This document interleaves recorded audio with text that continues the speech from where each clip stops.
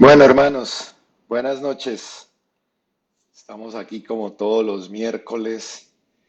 Hoy vamos a estudiar, aunque no es una dispensación de la Biblia, yo lo sé, pero es el cierre de estas 23 semanas, casi 6 meses que comenzamos con estos estudios de las dispensaciones.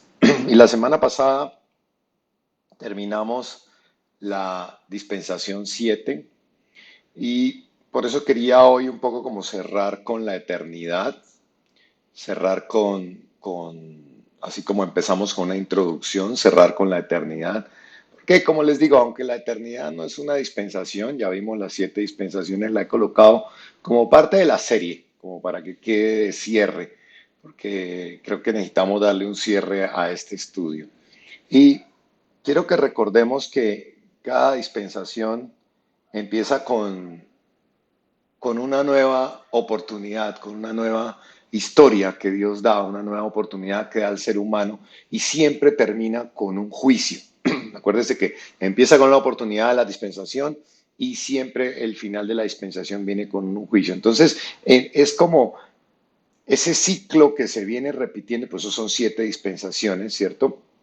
Y en donde Dios nos daba una oportunidad y luego volvíamos a embarrarla y por decirlo así venía un juicio que cerraba la dispensación y cerraba ese ciclo, ¿sí? Entonces vamos a recordar, empezamos que estudiamos la inocencia, vamos a hacer un recorderis por todas las dispensaciones, recorrimos a través de la primera dispensación que era la inocencia en los tiempos de la creación del ser humano, acuérdense de eso. Hace 23 semanas, casi 6 meses, estudiamos sobre Adán y Eva, estudiamos el pecado original.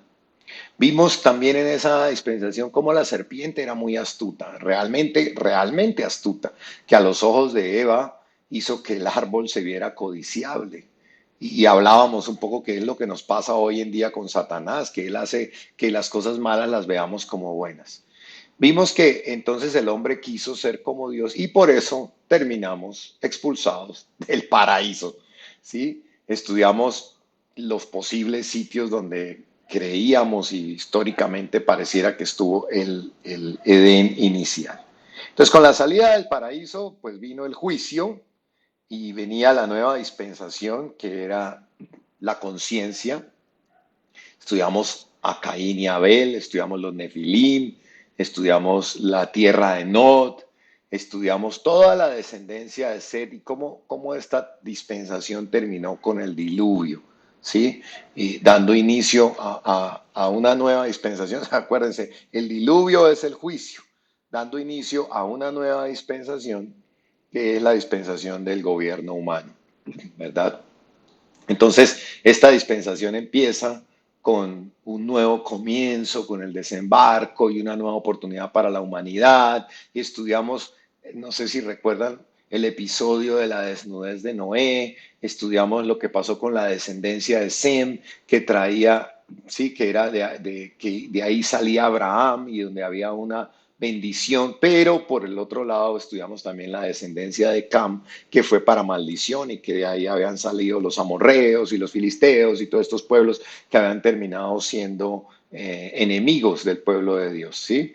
Y esta dispensación, pues vimos también que terminaba con la confusión de lenguas en la Torre de Babel, en el reino de Nimrod, y que nuevamente ahí estaba como el hombre queriendo construirse una torre para hacer su grandeza y para llegar al cielo sin necesitar a Dios. Entonces, nuevamente había un juicio, la confusión de las lenguas y empezaba la siguiente dispensación, que era la dispensación número 4, que es la promesa, que esta dispensación empezaba con el llamado de Abraham, era el llamado de Abraham y su promesa que iba a ser un pueblo grande, una nación grande de él. Y entonces estudiamos a su hijo Ismael, si ustedes recuerdan, que el hijo que tuvo con la sierva Agar, con la sierva de su esposa Sara, cuando pues no quisieron esperar la promesa.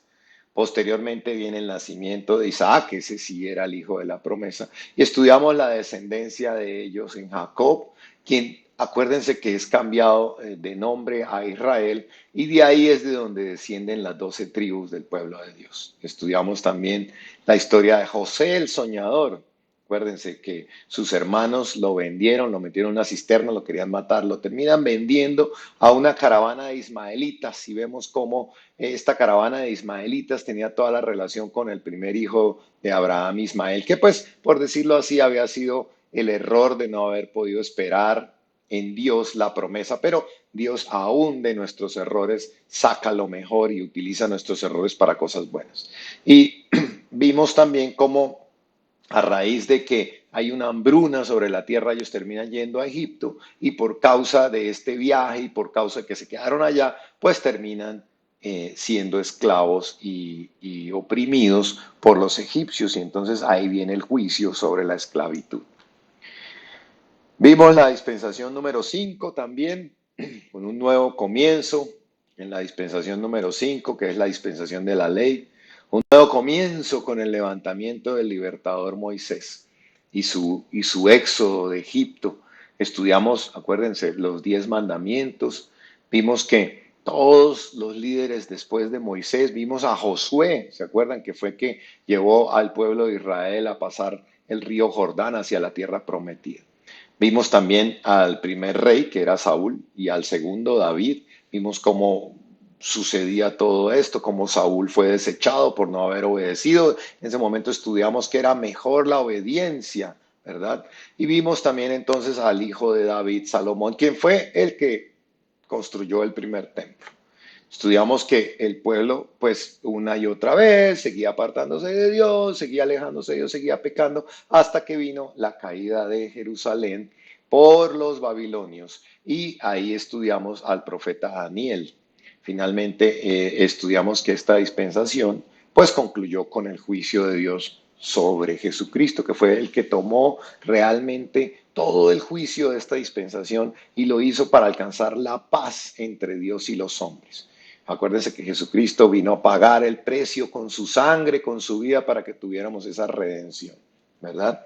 Y con este juicio tuvimos una nueva oportunidad, empezamos la dispensación número 6, que es la dispensación de la gracia, con la resurrección de Jesucristo. Esta dispensación empieza más o menos en el año 33, 32, 30, no se sabía claramente cuándo fue la crucifixión, porque acuérdense que yo les comentaba que el año cero no se había establecido cuando Jesús nació, porque él tuvo que impactar el mundo primero para que luego como que se echara reversa y se pusiera, sí, la crucifixión fue más o menos en el año 30, pero que había como un desfase que podía existir de años, podía haber sido en el año 30, en el 31, en el 32, en el 33. Por eso los 2000 años de la gracia que dijimos que se cumplían más o menos en el año 2030 probablemente y que estábamos muy próximos a terminar la dispensación de la gracia. Entonces, con la resurrección de Jesús, pues empezaba esa dispensación de la gracia, el derramamiento del Espíritu Santo. Acuérdense que históricamente ocurrió hace un par de semanas, realmente hace un par de semanas. Acuérdense que es 50 días después de la Pascua, después de la cruz. Eso más o menos hace un par de semanas o 3 semanas que ocurrió básicamente el derramamiento, obviamente hace 2000 años aproximadamente. Lo que les decía, desde el año 33 o el año 30 hasta hoy, estamos próximos a cumplir los 2000 años de esta dispensación. También estudiamos que el Evangelio, debido a que los judíos rechazaron el Evangelio, entonces se abrió a los gentiles, o sea, se abrió a nosotros. Entonces, vimos que el Evangelio, la gracia, estudiamos que eso estaba profetizado en la semana 70 de Daniel, que es la que trae el juicio y es la que habla de todos los juicios que concluyen con la dispensación de la gracia, la dispensación número 6. Estudiamos, si ustedes recuerdan, las profecías, todas las profecías que nos permitían entender que estamos muy próximos a terminar la dispensación 6, empezar el tiempo del Apocalipsis, que estamos muy próximos a ver el rapto de la iglesia y la tribulación en la tierra, que ya estamos viendo un poco, que apenas se está pavimentando, pues esto no es nada lo que viene realmente en adelante. Estudiamos que esta tribulación iba a ser realmente algo terrible y estudiamos que, acuérdense, que teníamos que hacernos dignos para no tener que pasar por estas cosas. Era como el examen final y para los que se quedaban del rapto por no estar calientes en su relación con Dios, era como el examen final, porque a través de esta tribulación que es la más grande que ha existido sobre la tierra, finalmente estas personas que se habían quedado del rapto, pues comprenderían su falta, su error, su pecado de no haber puesto realmente a Dios en el primer lugar, pero que tendrían, para ser salvos, vimos que era algo difícil porque tendrían que morir firmes en la palabra de Dios para poder salvarse, no era cualquier cosa, no era así como así que se podían salvar. Estudiamos también en esta dispensación el final, en el detalle, estudiamos todo lo que tenía que ver al Apocalipsis. Ustedes recuerdan, estudiamos los 7 sellos, estudiamos las 7 trompetas, estudiamos lo que sucedería con cada sello que se desataba, estudiamos lo que sucedería con las 7 trompetas en cada trompeta, estudiamos los personajes del fin de los tiempos, que eran la gran ramera, el falso profeta, el anticristo, todo esto lo vimos y vimos cómo todo esto terminaba con las 7 copas de la ira de Dios, que es el juicio que hace terminar la dispensación número 6 de la gracia, el juicio que viene sobre la tierra finalizando esta dispensación. Después estudiamos el reino del milenio, acuérdense que estudiamos a un Jesucristo descendiendo del cielo para venir a gobernar sobre la tierra, dando el comienzo a la última, a la dispensación número 7. Acuérdense que esto lo asumíamos como el ciclo perfecto de Dios, que era el número 7, ¿verdad?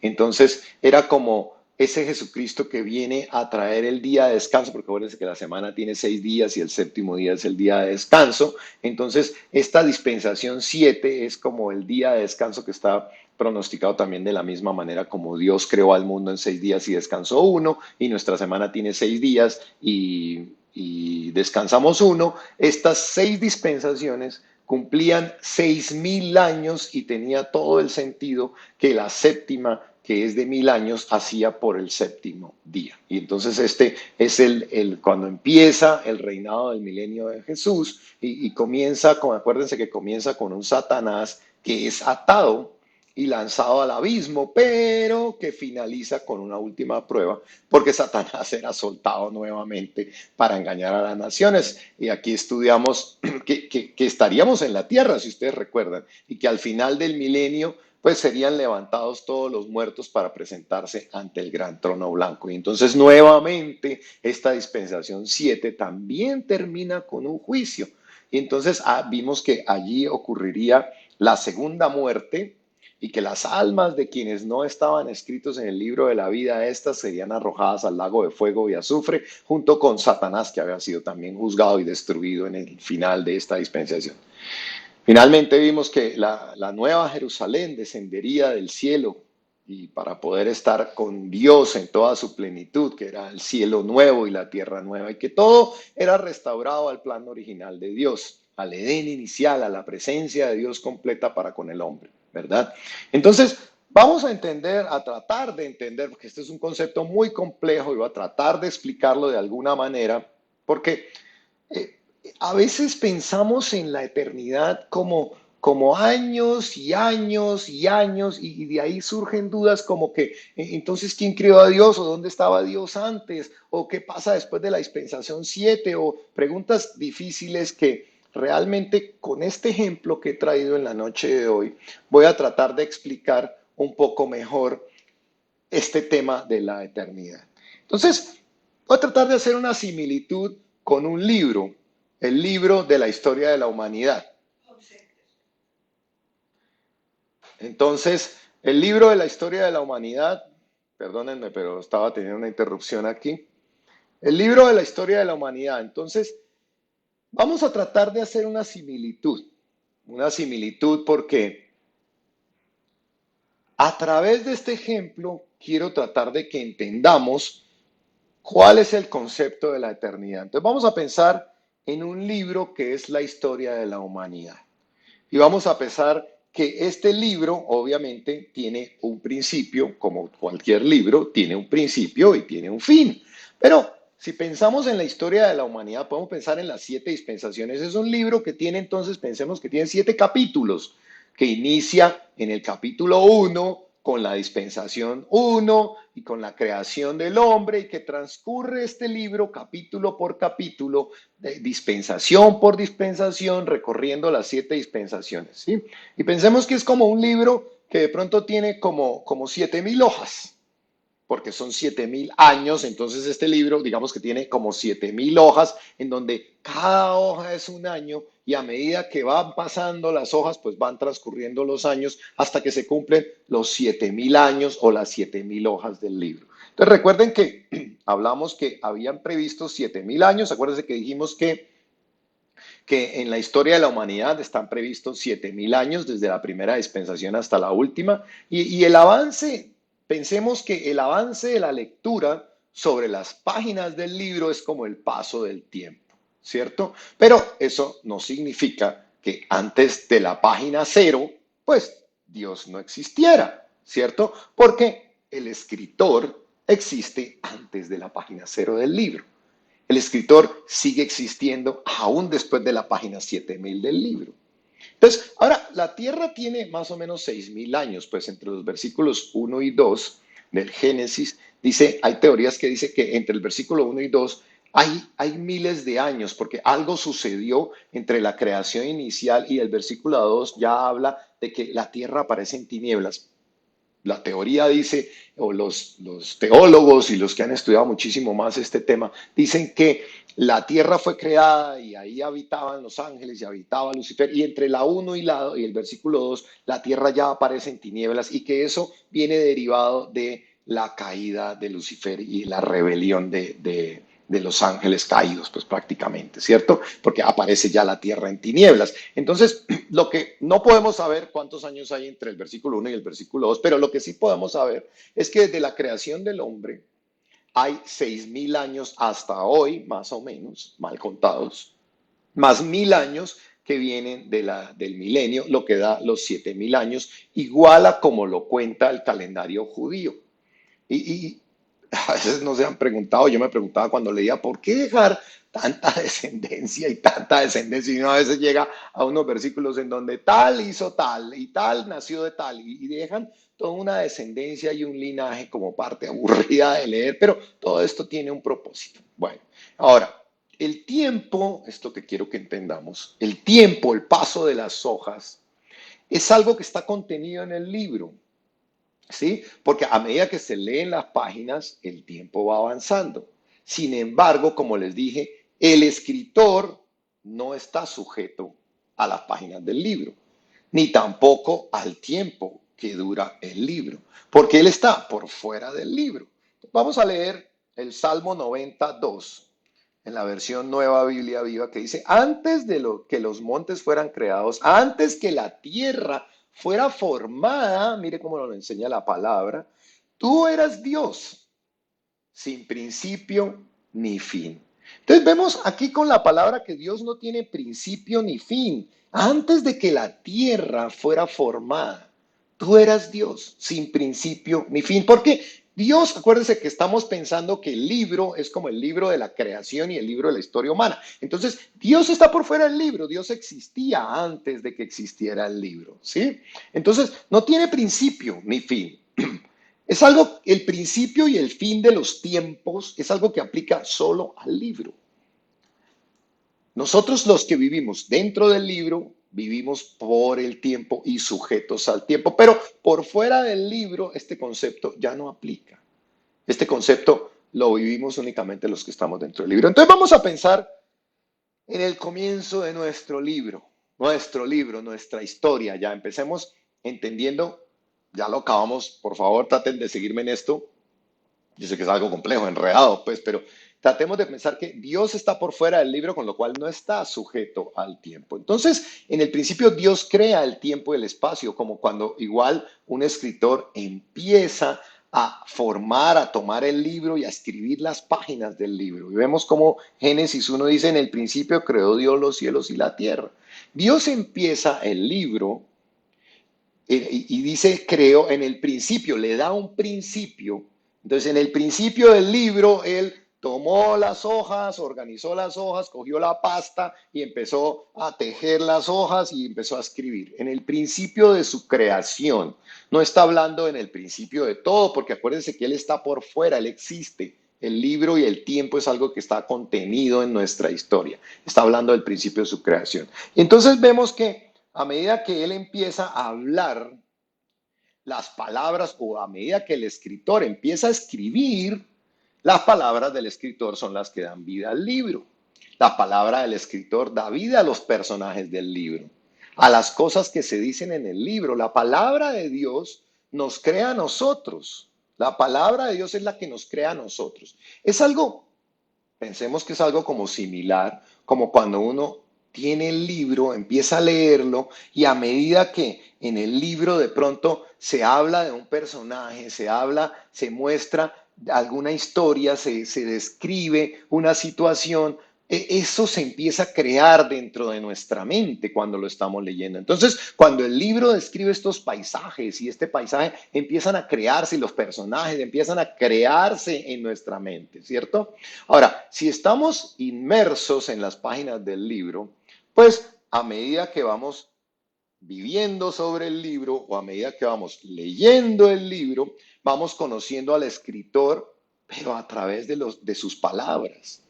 Lo vamos conociendo a medida que leemos, vamos conociendo su carácter a través de su palabra, pero no lo conocemos físicamente. Porque leemos, vivimos a través del libro y esto fue lo que le pasó a las personas del Antiguo Testamento. Conocían de Dios, veían. Y nosotros hoy en día conocemos de Dios porque el libro está escrito por Él. Vemos la creación, vemos todas las cosas y conocíamos a Dios, digamos que por las palabras. Pero en una parte del libro, Jesús se hace carne y entra al libro.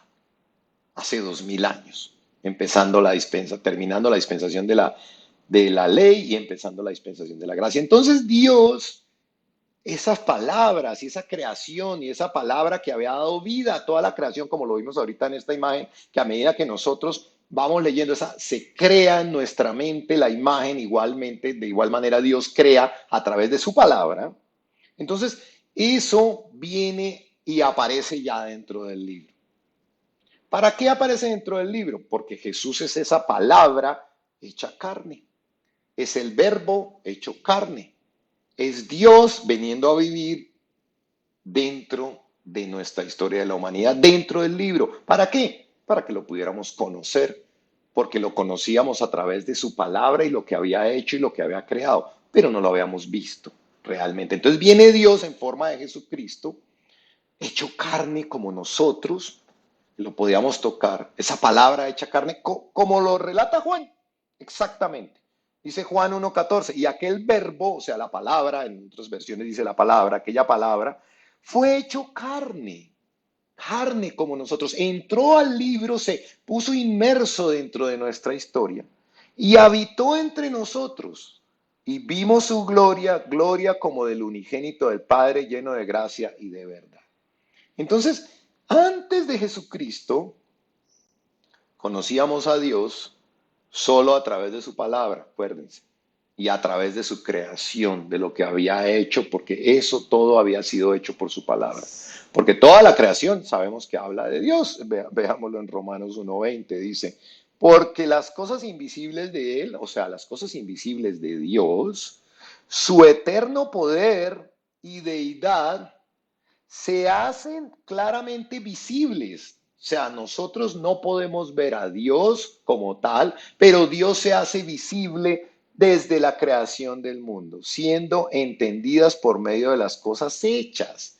Podemos conocer a Dios. Entonces conocíamos todo el entorno, como les dije, como cuando leemos un paisaje, leemos cualquier cosa, vamos viendo la creación y vamos conociéndolo a Él. ¿Sí? Y Él dice, de modo que no tienen excusa. O sea, nadie, ninguno de nosotros puede decir que no conoce a Dios, porque Él es el creador de todo, Él es el constructor de todo, como lo dijimos en algún momento.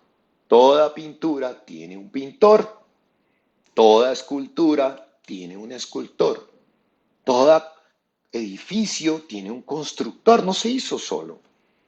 Todo software tiene un programador. Todo libro tiene un escritor, que es lo que estamos viendo. De igual manera, toda la creación que vemos tiene un creador. Nosotros sabemos. No somos productos del azar ni de la evolución. Esto lo sabemos. Miremos Hebreo 3. Dice, porque toda casa es hecha por alguno. Nosotros construimos algo y se ve lo que construimos, pero no se hace solo, nosotros la construimos. Pero el que hizo todas las cosas es Dios. Entonces, lo que está escrito en el libro de nuestra historia fue escrito por Dios. La humanidad lo conoció primero por su palabra durante todos esos años. Después se hizo carne, vino en forma de su Hijo Jesucristo para que pudiéramos verlo dentro de las páginas del libro, ¿verdad? Y entonces todo lo que en el Antiguo Testamento se había profetizado sobre él, todo lo que se había escrito sobre su venida, es como un personaje creado en nuestra mente, ¿sí ven? Y finalmente termina apareciendo realmente de carne y hueso aquí en la tierra, ¿sí? Pero ahora, además de tenerlo en nuestra mente, ya sabemos que caminó con nosotros. Dios nos permitió vivirlo, verlo, hecho carne frente a nosotros en nuestra vida para conocer esa palabra hecha carne, tal cual somos nosotros. Entonces, Jesús, llamado el verbo hecho carne, por eso es tan importante que entendamos este tipo de cosas. Porque la palabra, antes no conocíamos cómo era Dios, conocíamos su palabra, pero Él no vivía, realmente no lo podíamos observar. Y a nosotros nos cuesta trabajo todas las cosas que son invisibles, a pesar de que fíjese que dice que claramente se hacen visibles en la creación, porque todo lo que está hecho es de Él. Entonces, ahora Él aparece en las páginas del libro, más o menos en la página 4000 aparece Jesucristo, ¿cierto? Y entonces todos los podemos conocer. Volvamos a Juan. Juan 1:3, ¿qué dice? Todas las cosas por Él fueron hechas y sin Él nada de lo que ha sido hecho fue hecho. Todas las cosas, miren el sentido. Acuérdense que Jesús es el verbo, es la palabra. Todas las cosas fueron hechas por la palabra de Dios.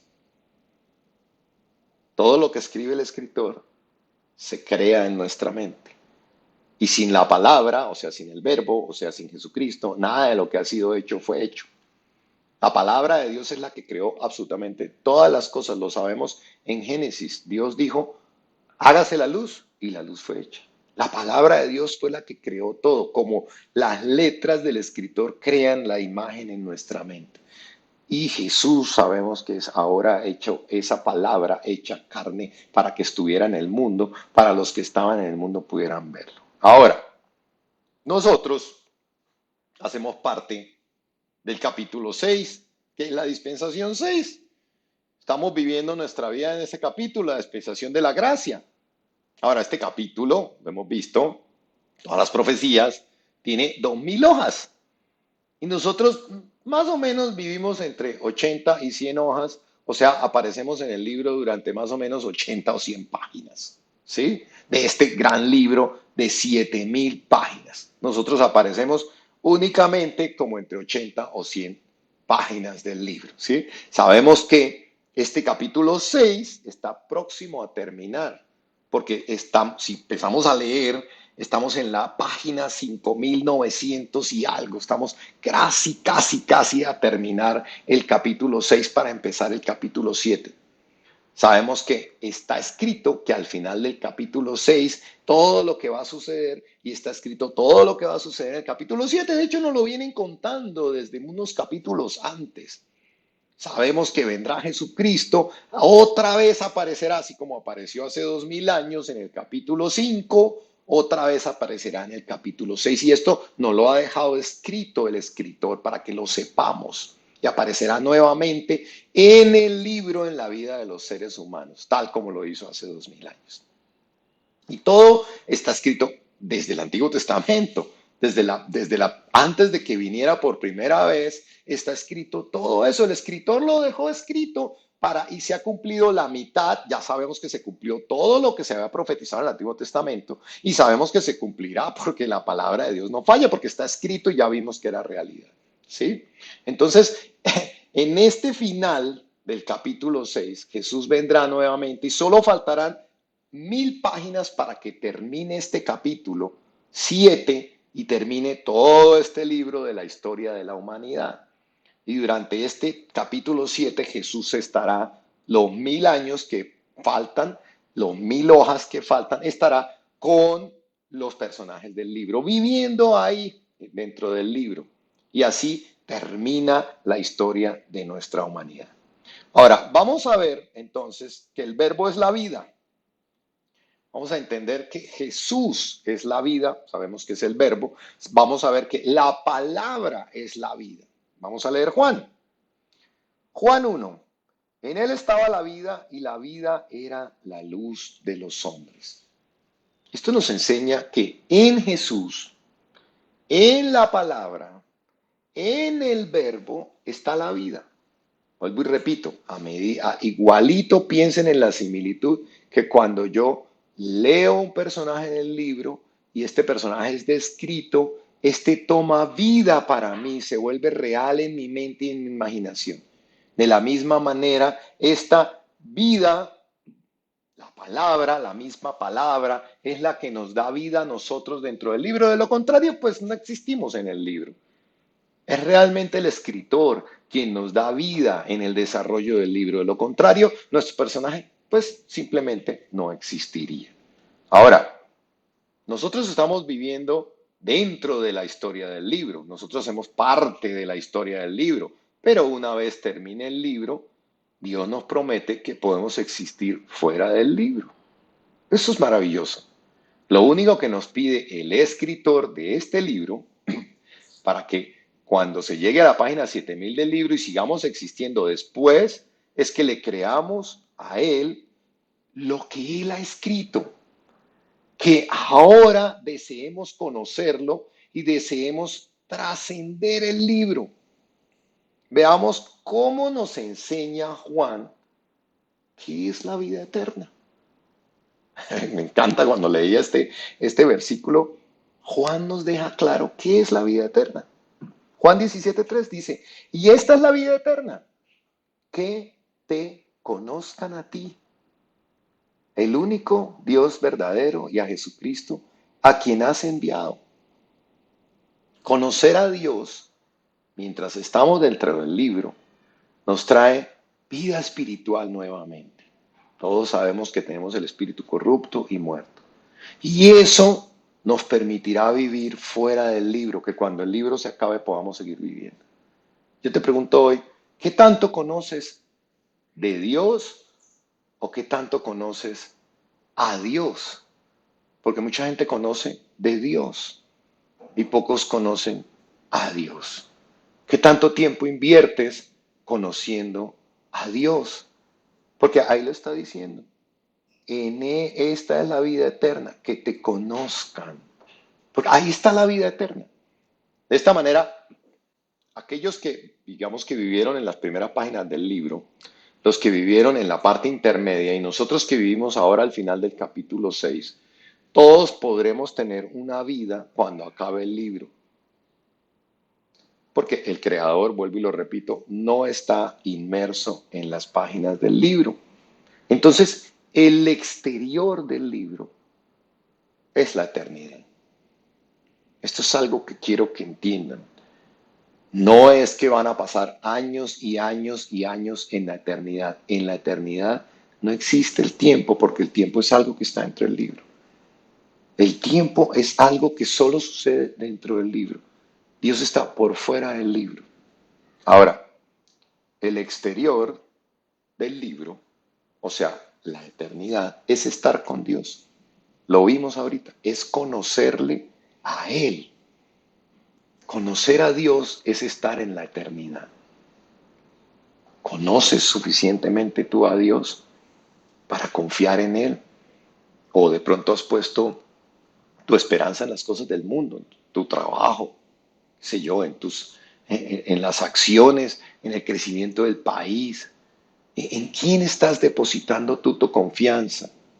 Porque aquello en donde tú tienes realmente la confianza y aquello a lo que tú le dedicas la mayoría de tu tiempo, ese es tu verdadero Dios.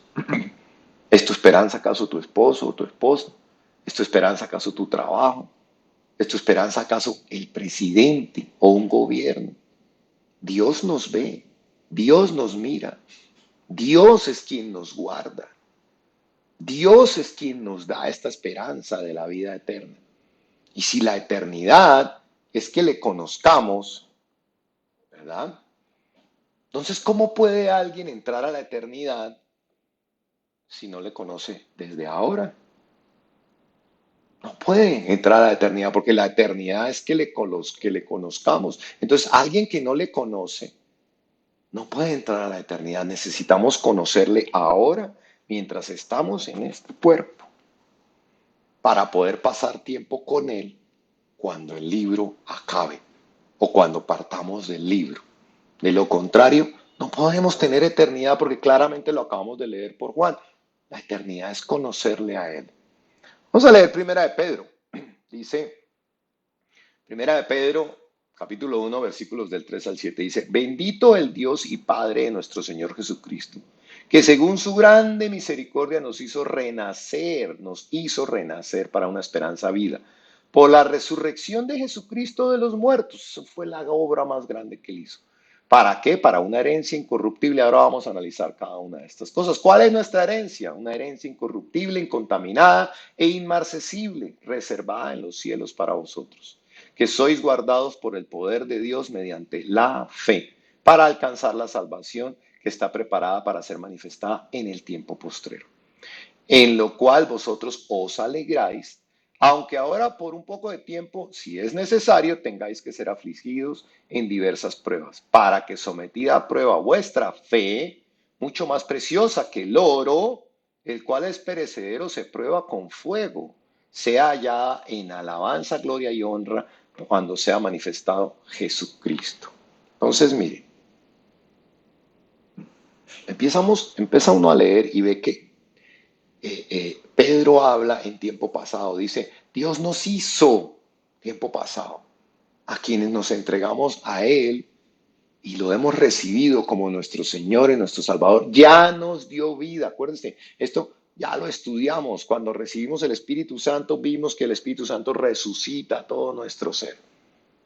Cuando nos arrepentimos y decidimos entregar nuestra vida a Dios, nos da vida. Acuérdense, esto ya lo hemos visto. Entonces, conocerle es la vida eterna. ¿Por qué? Pues porque nos hizo renacer para una esperanza viva, por la resurrección de Jesucristo de los muertos. Al conocerlo, tenemos una esperanza viva. Recibimos vida, tenemos ahora nuevamente la esperanza, empezamos a saber que ya la muerte no tiene poder sobre nosotros, tiene poder sobre este cuerpo físico, pero ya no tiene poder sobre nosotros. Y entonces, yo digo, ¿cuántas personas les preguntamos sobre la muerte y piensan que todo acaba allí? Hace un par de meses creo que fue, tal vez conversaba con un amigo que pues no cree realmente en Dios, lamentablemente él no cree en Dios y piensa que cuando uno muere, pues ya fue, todo se acabó. Entonces, conocemos a Dios y viene la eternidad a nuestro ser. Cuando le conocemos, ¿no? No cuando oímos de Él, no cuando sabemos de él. Vuelvo y les digo, Carlos Vives, el ejemplo, siempre le pongo, o les pongo que usted puede conocer del presidente, pero necesitan conocer al presidente, pasar tiempo con el presidente para conocerlo personalmente a él. Entonces ahí, cuando le conocemos, viene la esperanza, renacemos a una esperanza viva, porque nos hace el Espíritu Santo, nos hace renacer a esa esperanza, como él mismo tuvo la resurrección de los muertos, ¿sí? Porque Jesús ya lo demostró, eso lo dijimos. Jesús lo demostró. Debido a que Él resucitó de los muertos, sabemos que nosotros también tendremos vida, como lo dijimos pues en algún momento. Esto fue un hecho comprobado por más de 500 personas que lo vieron resucitado. O sea, está escrito, sabemos que lo que Él promete ya lo cumplió, no es algo que Wow, está hablando y no sabremos si sucederá o no. Mire, leamos Corintios. Primera Corintios 15, dice la resurrección de los muertos. Vamos a leer desde el 3. Dice, porque primeramente os he enseñado lo que asimismo recibí. Está hablando Pablo. Pablo mismo está hablando. Dice lo que primeramente recibí. Que Cristo murió por nuestros pecados, conforme a las escrituras, porque estaba escrito. Y fue sepultado y que resucitó al tercer día, conforme a las escrituras, también estaba escrito, y que apareció a Cefas y después a los 12. Después apareció a más de 500 hermanos a la vez, de los cuales muchos viven aún y otros ya duermen. Después apareció a Jacobo, después a todos los apóstoles y al último de todos, o sea, a Pablo, como un abortivo me apareció a mí, porque soy el más pequeño de los apóstoles, que no soy digno de ser llamado apóstol, porque él dice que él no caminó con él, sino después de que persiguió a la iglesia, ¿sí? Porque perseguía a la iglesia de Dios. Entonces, es un hecho comprobado, no solo es palabrería, es un hecho comprobado históricamente también. Pero los fariseos querían callar esta obra, por eso se empeñaban en perseguir a los discípulos, porque ellos no se callaban. Y por eso, porque es un hecho comprobado, transformó al mundo. Por eso nuestro calendario es antes de Cristo y después de Cristo. Porque nadie ha hecho, Jesús transformó al mundo. Es un hecho comprobado históricamente y escrito en la Biblia, confirmado por 500 testigos. Nadie ha hecho semejante cosa. Nadie más, ningún otro de todos los dioses falsos que se profesan en todas las otras religiones, Mahoma, los hindúes, nadie ha hecho. El único realmente que dio pruebas de todo eso fue Jesucristo. Entonces, veamos qué nos promete Jesucristo. Nos promete una herencia incorruptible, incontaminada e inmarcesible reservada en los cielos para vosotros. Bueno, significado inmarcesible que está en el himno nacional nuestro, inmarchitable. Una vida en donde no estaremos en este cuerpo corrupto. Sabemos que viviremos dentro de un cuerpo nuevo, porque ahorita sabemos que estamos en un cuerpo corrupto que diariamente se va descomponiendo, se va dañando, le saca la mano como al carro, le saca la mano la bujía, le saca la mano los frenos, nos saca la mano el hígado, nos saca la mano esto, nos saca la mano todo. Se va descomponiendo. Y además este cuerpo que es corrupto nos quiere hacer pecar. Lo pasa lo que le pasaba a Pablo cuando decía que pecaba y hacía lo que no quería hacer, pero que luchaba contra su propia naturaleza. ¿Sí? Y esto que sucede es porque estamos, mientras estemos dentro de este cuerpo corrupto, hay una lucha entre el bien espiritual, nuestra parte espiritual que renace, mientras no ha renacido nuestra parte espiritual, pues no hay ninguna lucha. Pero una vez renace nuestra parte espiritual, nuestro espíritu pegado al Espíritu Santo, quiere gobernar nuestra vida. Y obviamente nuestra carne, nuestra parte carnal, no quiere dejarse gobernar y hay una lucha. Ambas se pelean por nuestra alma. Ambas se pelean por nuestra alma. Hay una lucha interna. La carne, y vimos los que hemos estudiado en las reuniones de Zoom, los frutos de la carne y los frutos del Espíritu. La carne nos lleva a pecar, el Espíritu nos lleva a traer vida. Y vamos a ver Romanos. Romanos, porque Pablo lo está contando esta lucha que hay internamente. Romanos 7, el 19 al 25 dice, porque no hago el bien que quiero, sino el mal que no quiero. Eso hago, pobre Pablo, estaba viviendo esa lucha. Y si hago lo que no quiero, ya no lo hago yo, sino el pecado que mora en mí. Han tenido esos sentimientos, esos pensamientos, esos deseos malos que brotan dentro de nosotros. Esa es la maldad, el pecado que mora dentro de nosotros.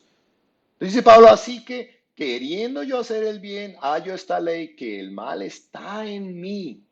Todos tenemos el mal dentro de nosotros, por eso todos somos pecadores, por eso necesitamos de la sangre de Cristo, por eso necesitamos de la cruz, porque por más buena gente que seamos, todos tenemos el pecado morando dentro de nosotros. Dice, porque según el hombre interior me deleito en la ley de Dios, pero veo otra ley en mis miembros que se revela contra la ley de mi mente y que me lleva cautivo a la ley del pecado que está en mis miembros. Miserable de mí, ¿Quién me librará de este cuerpo de muerte? Gracias a Dios por Jesucristo, Señor nuestro. Así que yo mismo con la mente sirvo a la ley de Dios, más con la carne a la ley del pecado.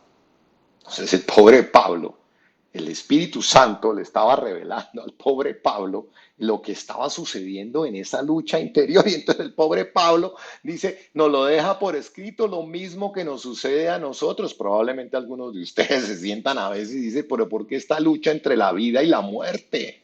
Hay una lucha entre la vida eterna, porque ahora vivimos en un cuerpo que está condenado a muerte, ¿cierto? Pero acuérdense que Dios creó nuestro ser para vivir eternamente. Nuestro espíritu y nuestra alma son eternos. Fueron dados por Dios a nosotros en el Edén. Acuérdense cuando sopló aliento de vida, perdón, sopló espíritu y alma sobre nosotros. Es de Él que es eterno, pero el cuerpo luego murió a causa del pecado. Entonces este cuerpo en el que nosotros vivimos está corrupto y es esa lucha interna que venía manejando y de pronto me cerraban y por un momento sentía deseos de adelantarme y cerrarlo y gritarle y decía, uy, esto, no, no, obviamente no lo hice, pero estos deseos internos, yo decía, uy, qué maldad la que hay dentro de mí. Esta es la carne que quiere tratar de hacer las cosas malas. Es la carne que nos quiere llevar a pecar, ¿sí? Esos deseos que tenemos de hacer lo malo, de gritar, de contestar, de molestarnos cuando alguien dice algo que no queremos. Todo eso es la carne, es el pecado que mora dentro de nosotros. Pero Jesús nos libró de esa incapacidad. Cuando somos trasladados del reino de las tinieblas al reino de la luz, somos capaces de vencer el pecado. Y a través de que más nos llenamos del Espíritu Santo y más nos llenamos del Espíritu Santo y más nos llenamos de luz, vamos echando fuera toda esa oscuridad que hay dentro de nosotros. Por eso tenemos que esforzarnos por pegarnos más de Jesús, por llenarnos más de la luz, por conocerle, porque en Él está la vida eterna y por obedecerle. Vamos a leer el versículo 6, dice, en lo cual vosotros os alegráis, aunque ahora por un poco de tiempo, si es necesario, tengáis que ser afligidos en diversas pruebas, para que sometida a prueba vuestra fe, mucho más preciosa que el oro, el cual aunque perecedero se prueba con fuego, sea hallada en alabanza, gloria y honra cuando sea manifestado Jesucristo. Entonces vemos que tenemos que demostrar que nuestra fe es válida, es verdadera, porque por eso es sometida a prueba. Que no es solo de palabra las cosas que decimos, que tiene que haber una coherencia entre nuestra boca y nuestros actos. Eso es lo que determina que nuestra fe es real.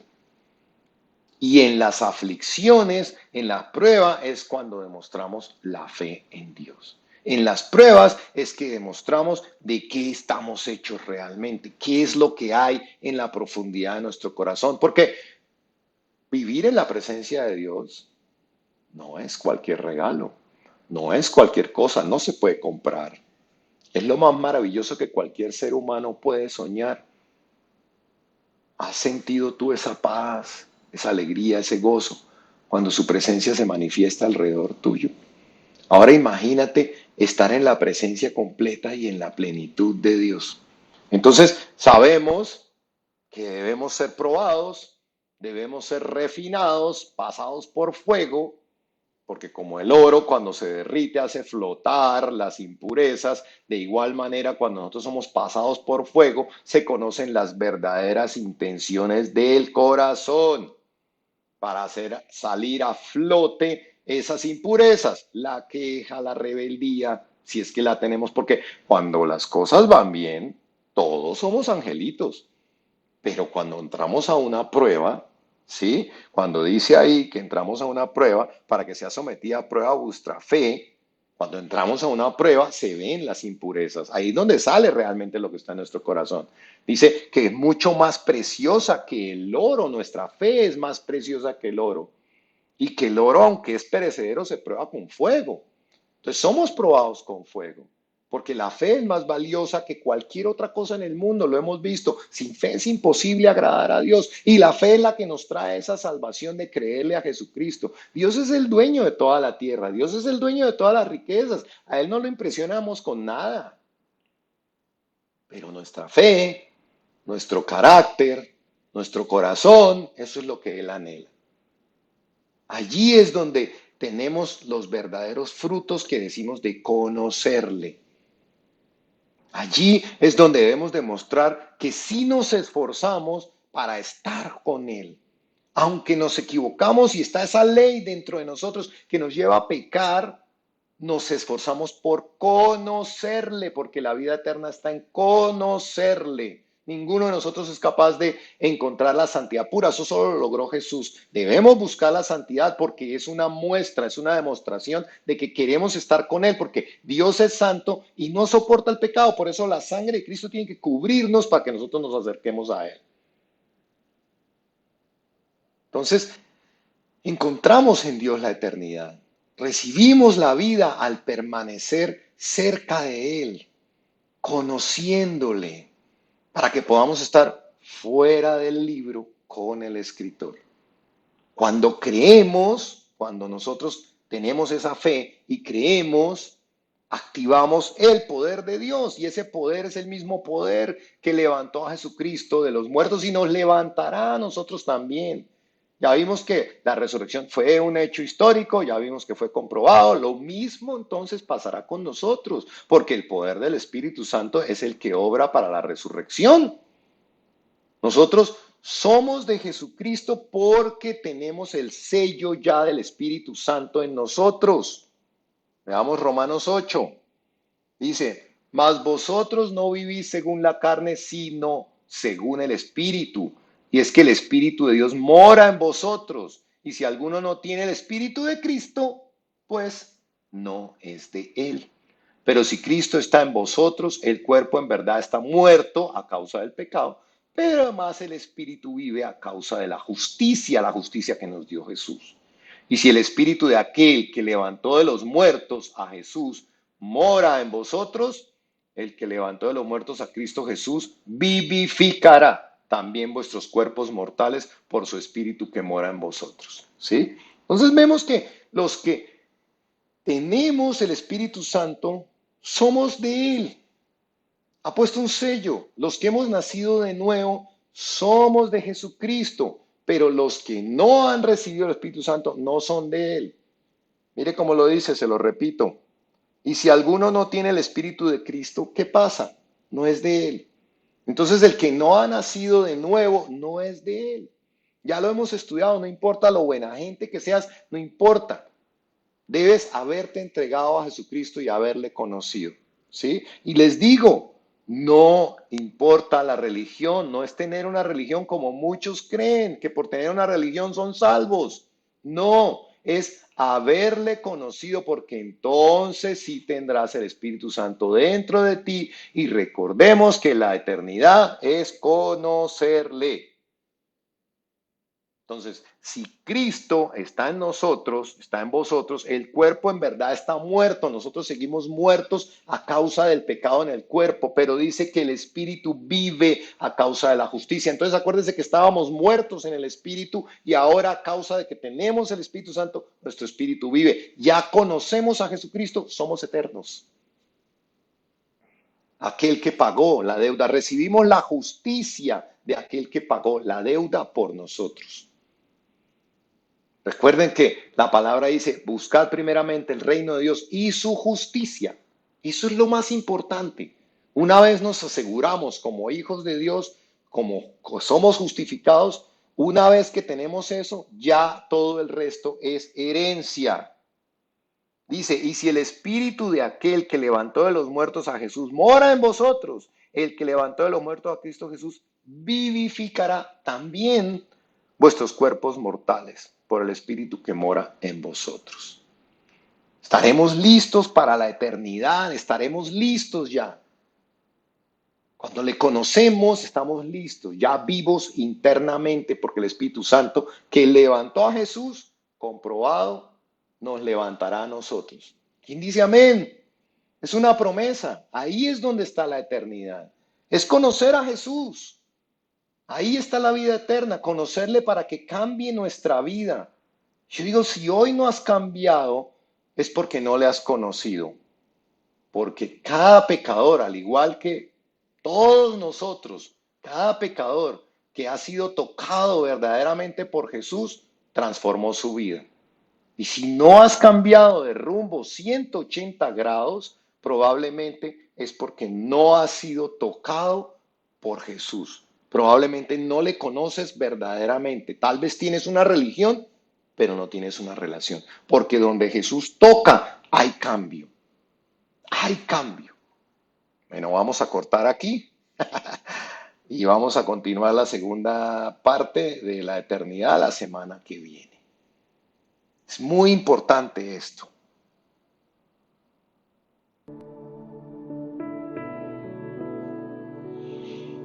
Vamos a orar.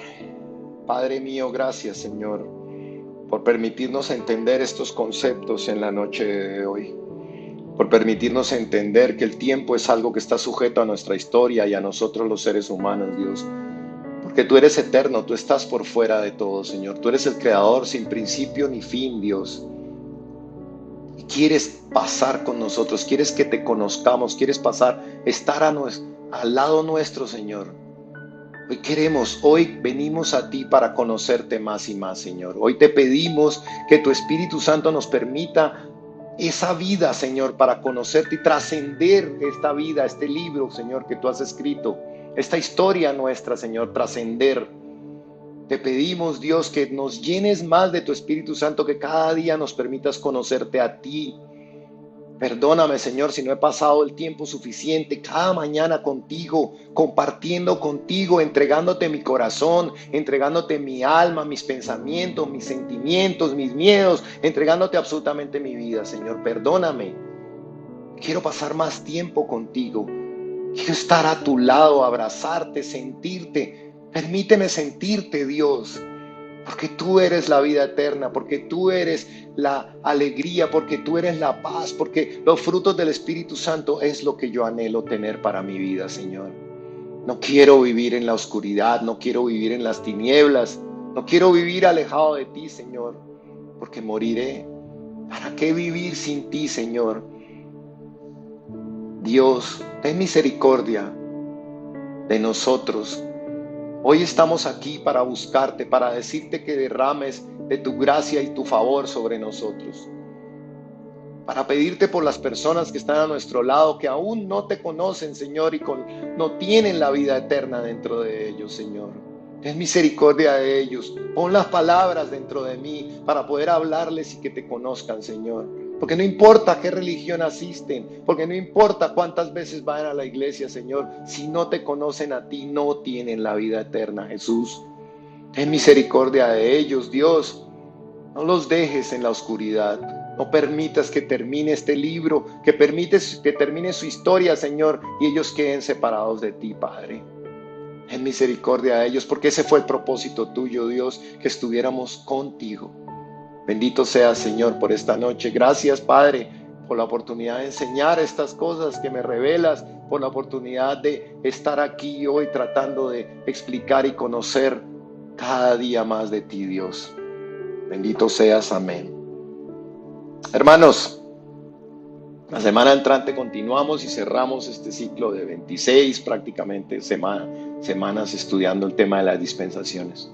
Quería explicar un poquitico qué es la eternidad, porque es algo que a veces creemos que es seguir contando años, pero vemos que la palabra claramente nos enseña que no es un concepto complejo. Dios no está sujeto al tiempo. Nos vemos en 8 días. Dios los bendiga.